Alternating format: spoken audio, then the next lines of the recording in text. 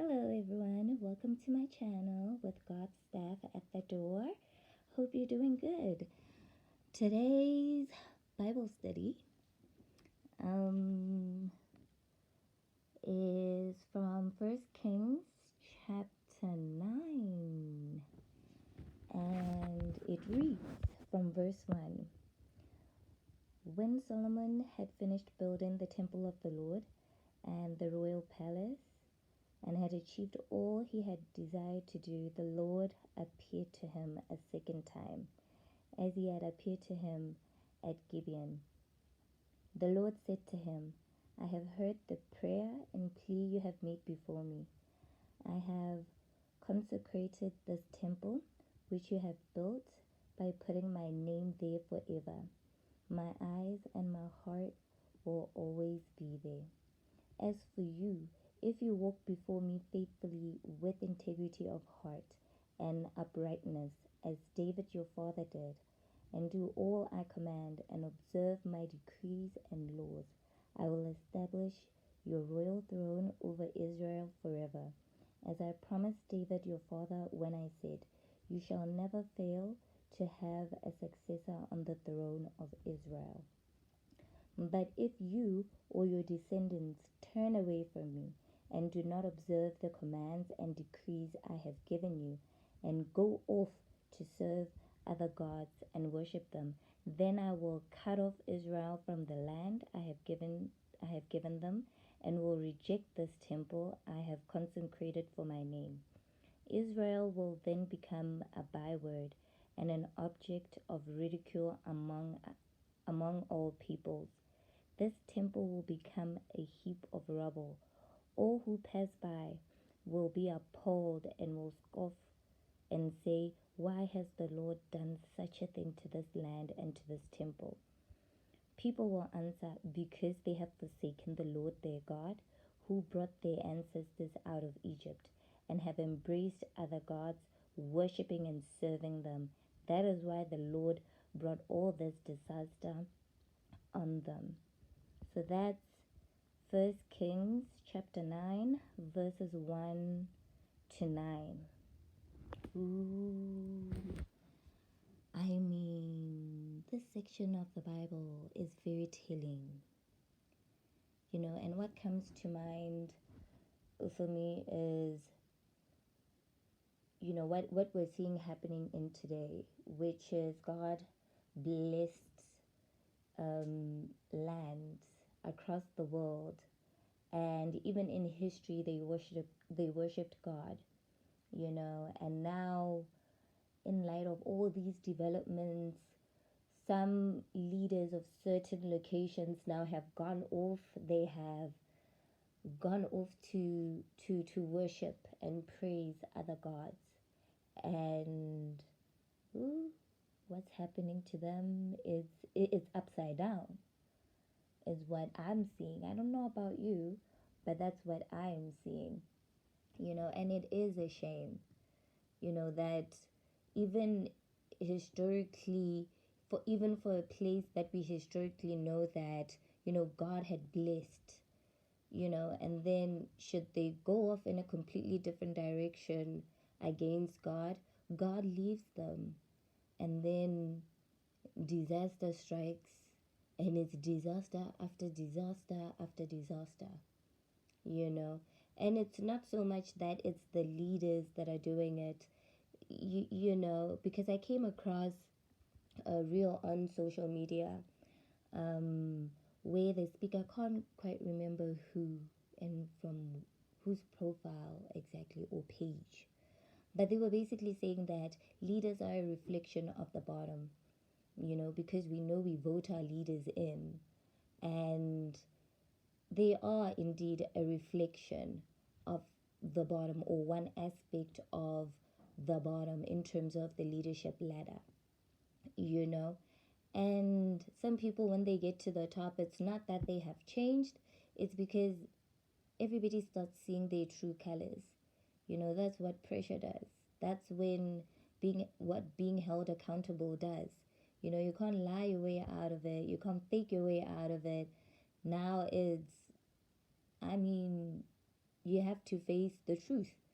And from a personal perspective, when I think of Egypt, I think of the Red Sea, I think of the wilderness and the promised land. I think of it from a mentality perspective, you know, where Egypt, it could be an addiction, it could be those frenemy relationships, it could be those toxic relationships, even with family, all the way to the workplace, and then the Red Sea, now comes where God gives you an instruction to say, you know what, this is not worth it. You have to leave behind things that do not serve your higher good. Like, yes, you have followed the assignment, you have, served your time to these people, and time again, they keep repaying your good with evil. You have learned your lessons here in terms of who to trust, who not to trust, who to show up for, who not to show up for, because relationships are a two-way street, and it's time to move on. And taking that step to move on, it could be applying to a new job, it could be from being an employee now to being an entrepreneur, and later on growing to the status of being an employer, employing other people. Sorry, and just and then looking at that, when you take that step now, and then the Red Sea closes, that means I'm thinking you're no longer in contact or have a relationship with old co-workers that were stabbing your back, behind your back, unbeknownst to you. um Though even moving to a new neighborhood, a new city, a new country, it's there are just certain people that cannot go on that journey with you. And the wilderness now, for me, is when the going gets tough and you have to set up that new foundation, you have to stay motivated. Yes, it's easy to get motivated when you are very passionate about something, but after a while, discipline kind of takes over, because you're like, I don't feel like showing up today, and you're like, but I have to show up. You put in the work, you put in those hours, and then finally, your promised land, which is opportunity, finds you when you're ready. And what God takes away, when God takes away something, he replaces it with something better. But not just that, he just takes it away every single time. In my spiritual journey, I I realized that, yes, from a young age, God had more more control over my life, because even as a child, you need that kind of level of protection and guidance. But the older I got, the more I matured in my spirituality, there were decisions that I had to make. Like, do I go there? Do I not go there? Do I stay in this friendship? Do I stay in this relationship, or do I pack up and I go? Because I'm seeing that, what, this situation is taking me down. It's making me feel bad. It's like, like, it's not working for my higher good. It's like I'm the one pouring out, but I'm pouring out into people that are like buckets with holes, you know and I'm not getting anything out of it, and I'm only like getting depleted. And then I'm just like, no, I think I've had enough. What, God, I am following you completely. And with time, I found my soul tribe. I found my soul tribe, that circle that is like you uplift each other. It's not just you outpouring onto them, they're also pouring into you as well. Like, it's a two-way thing. And it did take a while for me to connect with my soul tribe, the real ones, you know. But even in that moment of the wilderness, where it was like Jesus going up the mountain alone, having that time with God, having that reflection over my past, and knowing that, what, the next steps that I'm going to take, going forward, I have taken stock of myself, I understand myself, and I'm ready for the next chapter, or ready for the next book altogether. And it's quite interesting. It's like there is just this revival around the world that I'm so excited about. Um, but not to say that I am blind to the people that are hurting or the locations that are just going through the most right now. It's in understanding that yes, you can have empathy, or I can have empathy. There are certain things that I can do to help, but there is a line that says, this is where you stop. Where God is just like, yes, you can help in this regard, but you can't go over. As you used to in the past by going above and beyond. It's no, no, no, no. You can help, but this is coming from God, that no, I'm in control of this as well. you know you being uplifted, being motivating, even to other people as well, and not just to yourself, even for people that are hurting and people going through tough times. That energy helps them and gives them a bit of hope that they can overcome this as well. And looking into the situation deeper, looking into themselves deeper to say, where did we go wrong? And then the healing process starts, balance starts, and then restoration starts, justice starts, you know.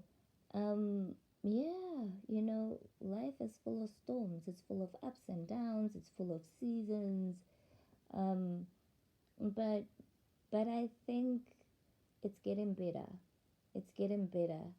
As much as it's bad in certain aspects, it's also good in other aspects as well. You know, and reading this, this section of the Bible, and reading, when it comes to Solomon and God, it's not just, oh, God consecrated the temple. It is the verses that come after to say there is a condition. Just like following God, there are conditions in spirituality and in life in general. Everything has conditions. It's like you have to sacrifice something, and in my opinion, I think it's better to sacrifice the hours to put in the work versus taking shortcuts and using other people to climb your way to the top, in terms of stepping on them, and not in a good way. It's just the way you see it. There's certain sacrifices that are just worth making, and when it comes to following God, it comes with patience. It comes with patience. Indeed, it comes with patience, which the other camp does not follow. It's much more instant on that camp. But when it comes to God, it comes with patience, because there's a lot to learn in the process, so that with every climb you make, you don't slip back down. You know, you don't slip back down and you yourself are back at the bottom where you started to begin with. No, it's with every climb you are solid on that level. And when you do take the stairs down, from time to time, it's to uplift other people onto those levels. Glory be to God. Um, yeah, so it's quite interesting reading this, this section of the Bible. Please go ahead and read, further into the chapter. I'm loving the Bible. I'm loving the Bible. Quite a lot of quite a lot of wisdom. It's like I'm reading the Bible. I've been reading the Bible my whole entire life, and now I'm reading it, and I'm just like, ooh, ah, like it's playing like a movie in my head, you know, like ooh, it is indeed a timeless, it is a timeless book. And I hope that for you all that are, you know, that are plugging in to my channel, that when you also read the Bible, you get to get some enlightenment, you know, from the Holy Spirit, from your intuition, your gut feeling, you know, your higher self, from God Himself, and get to really look be and feel beyond the words, because it's not just you reading the words for yourself. There is a testimony within the way you analyze the words that you read. Stay blessed.